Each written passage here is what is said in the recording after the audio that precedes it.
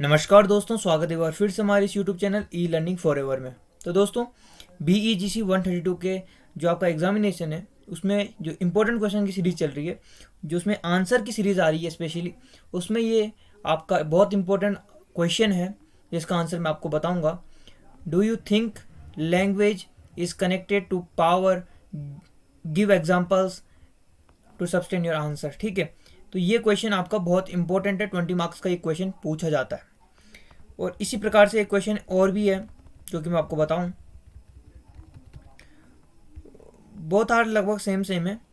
तो इसका है trace the with suitable example the links between language, culture and power. तो इन दोनों का आंसर मैं आपको एक ही वीडियो में कवर अप कर दूंगा और लगभग सेम आंसर इन दोनों का होने वाला है। जो केस ऑफ हिंदवी है उससे कुछ रिलेटेड क्वेश्चन है, उसे भी हम थोड़ा समझेंगे। तो चलिए आज का जो इसका आंसर है उसको मैं आपको प्रोवाइड करता हूँ।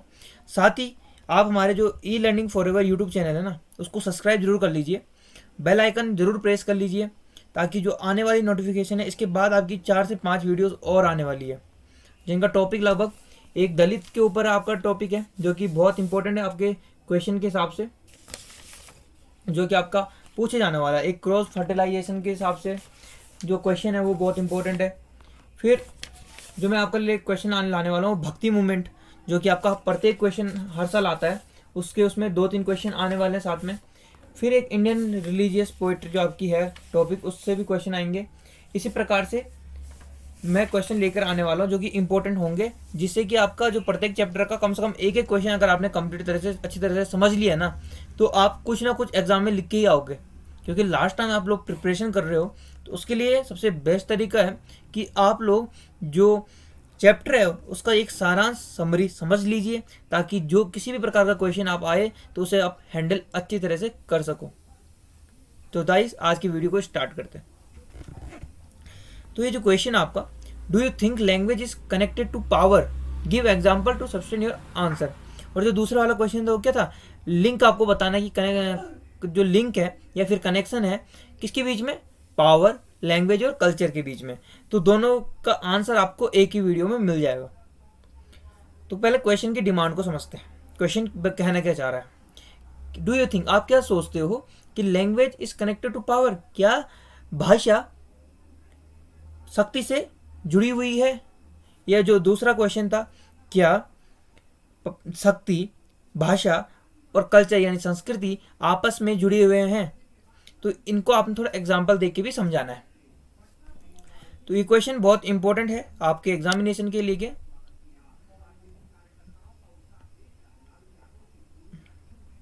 इसका आंसर हम करते हैं, बड़ी अच्छी तरह से आपको समझाऊंगा। तो यहाँ पर आंसर इसका क्या दे रहा है? आंसर इसका दे रहा है, a language taking shape through culture ups and down and becoming an effective means of communication should be adopted because the would preserve time tested norms। मतलब जो लैंग्वेज होती है taking shape through culture ups and downs, जब किसी संस्कृति होती है जो हमारी, जब वो अप्स एंड डाउन्स करती है, तो ये जो लैंग्वेज होती है वो क्या करती है? एक ऐसा रूप धारण करती है, एक इफेक्टिव मीन्स ऑफ कम्युनिकेशन का रूप धारण करती है, क्योंकि जो हमारा टाइम टेस्टेड नॉर्म्स होते हैं उसमें वो परखी जाती है। ठीक है, फिर है next, the vocabulary it picked up from active social uses his has the seeds of growth and evolutions. मतलब जो होता है, जो वोकेबलरी पिक्ड कहाँ से होती है? जब हमारे सोशल जो यूजेस होते हैं, फिर सोशल चेंजेस होते हैं, जो एक्टिव सोशल चेंजेस होते हैं, फिर यूजेस होते हैं, उससे क्या होता है? बीज बोए जाते हैं किसके? ग्रोथ और एवोल्यूशन के, लैंग्वेज के माध्यम से। जो आपकी भाषा होती है उसके माध्यम से सोशल चेंज करने के लिए, सोशल यूज करने के लिए, एक्टिव सोशल चेंजेस करने के लिए बीज बोए जाते हैं किसके? ग्रोथ और एवोल्यूशन के। इतना आपने समझ लिया। फिर है, the language would ensure continuation with the change oriented past. Language ensure करता है कि आप चेंज ओरिएंटेड जो पास्ट है हमारा उससे जुड़े रहे और लगातार आगे की ओर बढ़ते रहे, क्योंकि लैंग्वेज कनेक्ट करती है पास्ट से और प्रेजेंट में आने वाला या फिर फ्यूचर में आने वाला जो हमारा भविष्य है उससे वो पास्ट करती है, यानी कनेक्ट करती है। They would also equip it's new users with skills of learning and experimenting which will be useful for the development of the society. जो लैंग्वेज होती है वो क्या करती है, वो इक्विप करती है क्या न्यू यूजर्स को, कि वो क्या करें, सीखें, स्किल्स को लर्न करें एंड एक्सपेरिमेंट करें। किसके लिए, ताकि जो हमारा डेवलपमेंट ऑफ सोसाइटी, जो हमारा समाज का विकास करने के लिए जो नए यूजर्स हों वो स्किल सीखें, लर्न स्किल एंड एक्सपेरिमेंटिंग, उस पर रिसर्च भी करें, उस पर खोजबीन सब कुछ करें, ताकि वो हमारे समाज के विकास के लिए सहायक हो सकें। इतनी चीज़ें आपने समझी, धीरे धीरे बेस बन रहा है लैंग्वेज का। उसके बाद मैं आपको बताऊंगा कि लैंग्वेज किस प्रकार से कनेक्ट है पावर से, और पावर किस प्रकार कनेक्ट है कल्चर से, सारी एक ही वीडियो में। The language became an important tool during the national movement. यहां पर अब पावर की बात आने वाली है, इसलिए बने रहे। The language became an important tool during the national movement, कि जो लैंग्वेज है उसने एक महत्वपूर्ण माध्यम का कार्य किया, महत्वपूर्ण औजार का, ये अस्त्र का, शस्त्र का कार्य किया। किसके दौरान, नेशनल मूवमेंट के दौरान, राष्ट्रीय आंदोलन के दौरान, इंडिया में विशेषकर। The leadership eyed on an integrated India and want guidance from the desired unity of people against a common enemy. कि जब नेशनल मूवमेंट जो चला था उसमें जो भारत को जरूरत किस चीज़ की थी, एक इंटीग्रेटेड, एक साथ जो जुड़ाव एक भारतीयों के अंदर आए, ये फिर जो गाइडेंस वो प्रोवाइड कर सकते हैं, उसका माध्यम क्या था, मीन ऑफ कम्युनिकेशन क्या था, एक लैंग्वेज था। उसके द्वारा सभी साथ में आ सकते थे। पीपुल अगेंस्ट, किसके अगेंस्ट आना चाहते थे, कॉमन एनिमी, यानी कि जो ब्रिटिशर्स से। तब जाकर हमें कहीं ना कहीं आज़ादी मिल सकती थी। उसमें भी किसने महत्वपूर्ण रोल अदा किया, लैंग्वेज ने। ठीक है, यहाँ पर आपको छोटी छोटी चीज़ों को समझना होगा, क्योंकि आपके पास समय बहुत कम है और इस निश्चित समय में आपको बेहतरीन प्रदर्शन करना पड़ेगा, तभी जाकर आपका स्कोर बहुत ही बढ़िया हो सकता है इग्नू के एग्जामिनेशन में। ठीक है, कॉमन एनिमी, तो यहाँ पर धीरे धीरे लैंग्वेज की और पावर का रूप धारण कर रही है, क्योंकि वो एक से मीन ऑफ कम्युनिकेशन का बड़ा रूप धारण कर रही है। उससे क्या होगा, एक पावर जनरेट होगी, उसके तहत एक कल्चर आगे बढ़ेगा, जिसको हम आगे समझेंगे।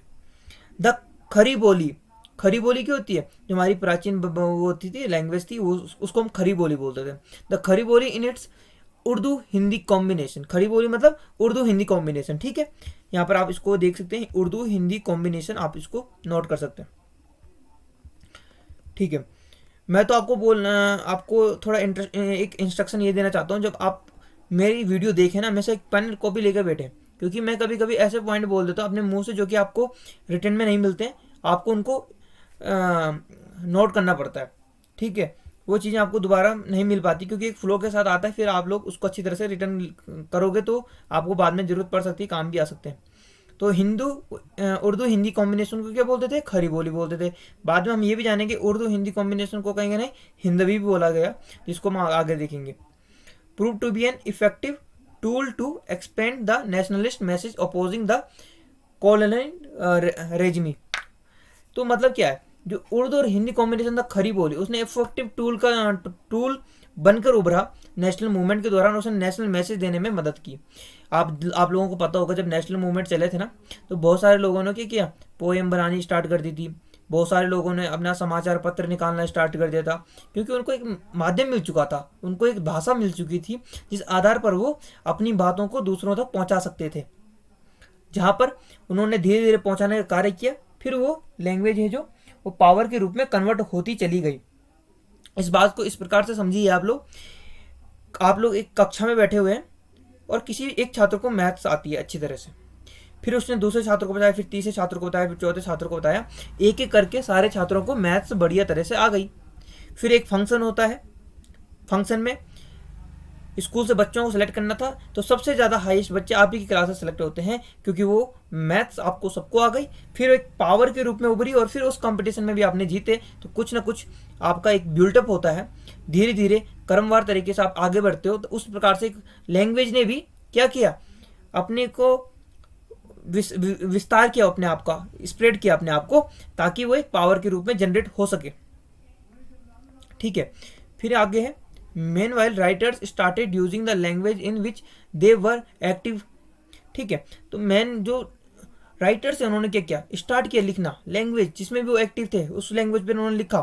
They shout identity in the medium of expression, and quite significantly, they show part of their self not just in word use but also in the script, poets, fiction writers and ड्रामे जो drama होता है while playing a role in the arena of literature earn credit from the readers appreciative response. कहने का तात्पर्य है जब इन्होंने अपनी भाषा में लिखा तो भाषा एक ऐसा मीन होता है कम्युनिकेशन का, उसको प्रत्येक व्यक्ति समझ सकता है. उन्होंने कोई भी भारी भरकम शब्दों का यूज़ नहीं किया, उसने जो साधारण भाषा थी हमारी खड़ी बोली उस समय चल रही थी, प्रचलित थी, उसका उसने यूज़ किया और सिग्निफिकेंटली तरीके से वो आगे बढ़ी. एक्सप्रेशन जो उसका हुआ बहुत ही दूरगामी हुआ. उससे क्या हुआ, लोग कनेक्ट कर पाए. वो उसमें क्या शामिल करते थे, अपनी पोइट्री, पोइट्स जो थे वो अपनी स्क्रिप्ट शामिल करते थे, फिक्शन हो गया, राइटर्स के कोट शामिल करते थे, ड्रामा से मिलजुल कर एक चीज़ क्रिएट करते थे. फिर कहीं पर playing a role in the arena, कहीं पर एक रोल को निभाते थे. ठीक है. फिर लिटरेचर को इन्होंने धीरे धीरे आगे बढ़ाया, फिर उससे क्रेडिट अर्न किया इन्होंने, और जो रीडर्स थे उनको रिस्पॉन्स काफ़ी बेहतरीन मिला. फिर इसी में A.V. रामकृष्ण कुछ अपना नोट डाउन करवाते हैं कि क्या that basis of language social culture and political battles. इसके उसमें आपको क्या मिलेंगे, सोशल कल्चर और पॉलिटिकल बैटल्स के जो बीच में फाइट होती थी, या इंडिया सोशियो पॉलिटिक्स कॉन्फ्लिक्ट्स, जो भी चीज़ तमाम चीज़ें थी इसमें, जो आप लोग इसको जब पढ़ोगे तो आपको आराम से समझ आ जाएगा. जो भी चाहे सोशल हो, कल्चर हो, पॉलिटिकल बैटल्स हो ना, उनके बीच में गैप होते थे, गैप यानी रिक्त स्थान होते थे. तो लैंग्वेज ने क्या क्या क्या किया, क्रिएट गैप से जो उनको भरने का कार्य किया. ठीक है. आप जब आगे देखोगे तो वो कैसे भरे इन्होंने, जब उन्होंने डिस्कशन किया किसी टॉपिक पर तो वो गैप भरे, और जो हमारा कल्चर था वो ट्रेनिज के माध्यम से क्या हुआ, आगे बढ़ा ना. आपको इस प्रकार से समझना है इसको, टॉपिक को. फिर जब हम आगे देखते हैं, यहाँ तक तो जो E.V. रामकृष्ण का पॉइंट आउट है वो आपको देखना है. फिर ही सेज, ये थोड़ा बड़ा कर देते इसको अगर होगा,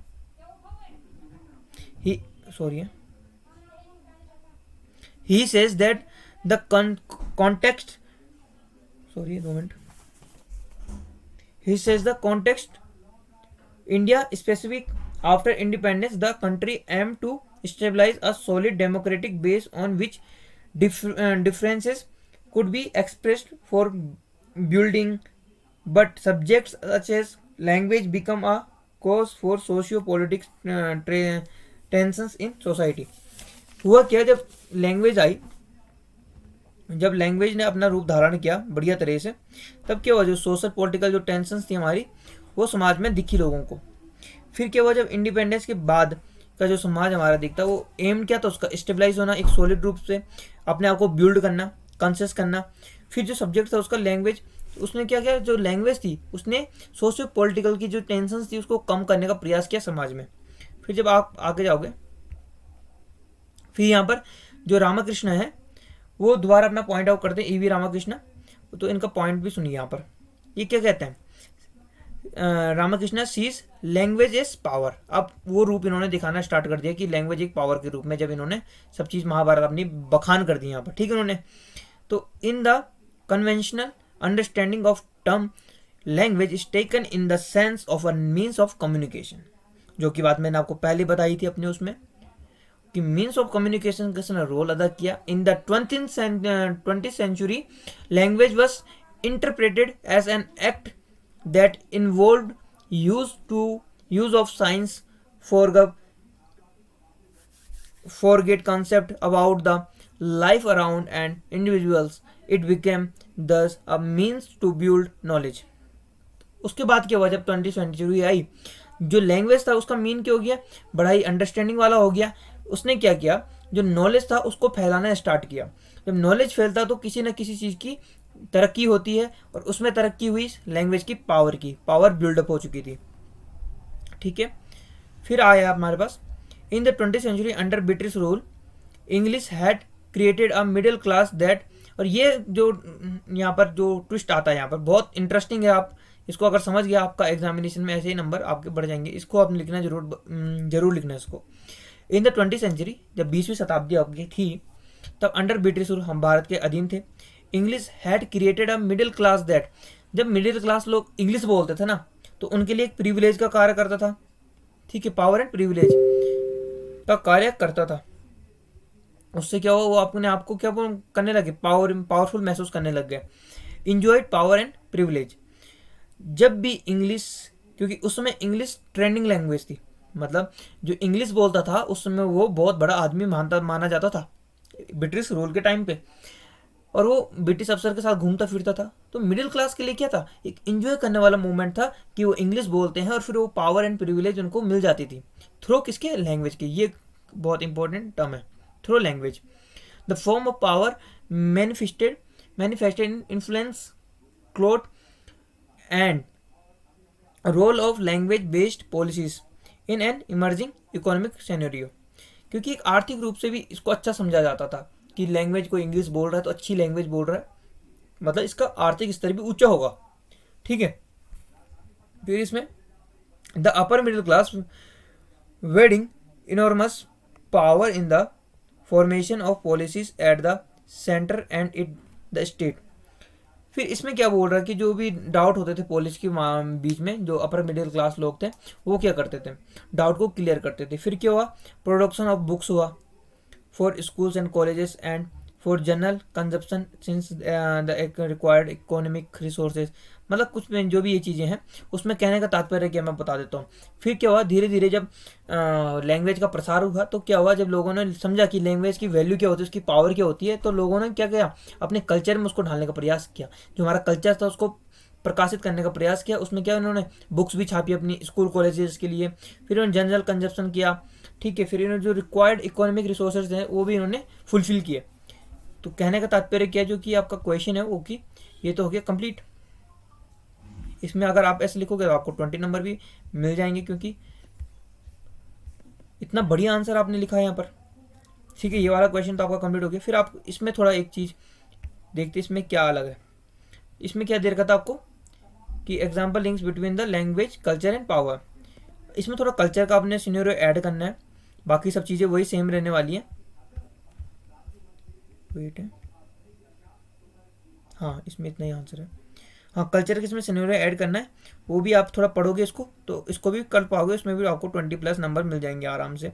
तो गाइज आपको वीडियो कैसे लगी प्लीज़ बताइए कमेंट बॉक्स में, और इन दोनों क्वेश्चन का आपको आंसर मिल ही गया होगा, आशा और उम्मीद यही होगी आपको। अब मैंने लैंग्वेज का एक रूप आपको समझा दिया है। अगर कहीं पर भी आपको पावर, लैंग्वेज और कल्चर से संबंधित कुछ भी क्वेश्चन आएगा तो उसका आंसर आपको किस प्रकार से लिखना है मैंने बता दिया है। सबसे पहले थोड़ा आप लैंग्वेज को बढ़ाओ, पहले लैंग्वेज की स्टार्टिंग कीजिए कि एक बढ़िया मीन ऑफ कम्युनिकेशन है, ये किससे ज़्यादा कल्चर के जब अप्स एंड डाउन्स चलते हैं तो becoming an effective mean of communication कौन बनती है, लैंग्वेज बनती है। आप थोड़ा इसकी स्टार्टिंग कर दीजिए। फिर आपको थोड़ा नेशनल मूवमेंट को दिखाना है, आपने नेशनल मूवमेंट को दिखा दिया। फिर उसके बाद थोड़ा आप ये दिखाइए कि हाँ नेशनल मूवमेंट तो था, उसके बीच में कौन कौन से हमारे राइटर्स हैं। इसमें मैंने राइटर्स का नाम का जिक्र नहीं किया है, वो शायद नेक्स्ट वीडियो में आ ही जाएगा आपका।